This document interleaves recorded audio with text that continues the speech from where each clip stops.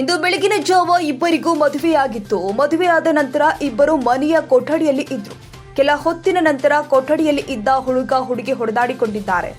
ಮನೆಯ ಕೊಠಡಿಯಲ್ಲಿ ಇದ್ದ ಮಚ್ಚಿನಿಂದ ಹೊಡೆದಾಡಿಕೊಂಡ ನವ ವಧುವರ ಗಲಾಟೆಗೆ ಕಾರಣ ಇನ್ನೂ ಕೂಡ ತಿಳಿದು ಬಂದಿಲ್ಲ.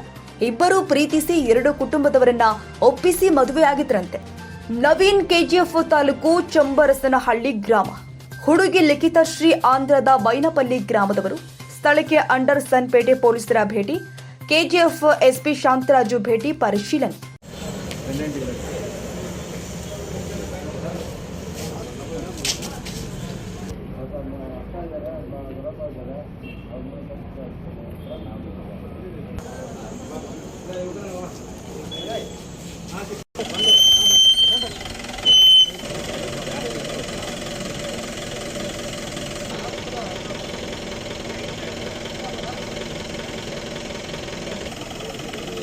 ಅದು ನಾರ್ಮಲ್ ಒಳ್ಳೆ ಪ್ರಾಬ್ಲಮ್. ನಾವು ಬೇರೆ ರೋಡ ತಲೆನೋವು ನೀವೇ ಟೌನಲ್ಲಿ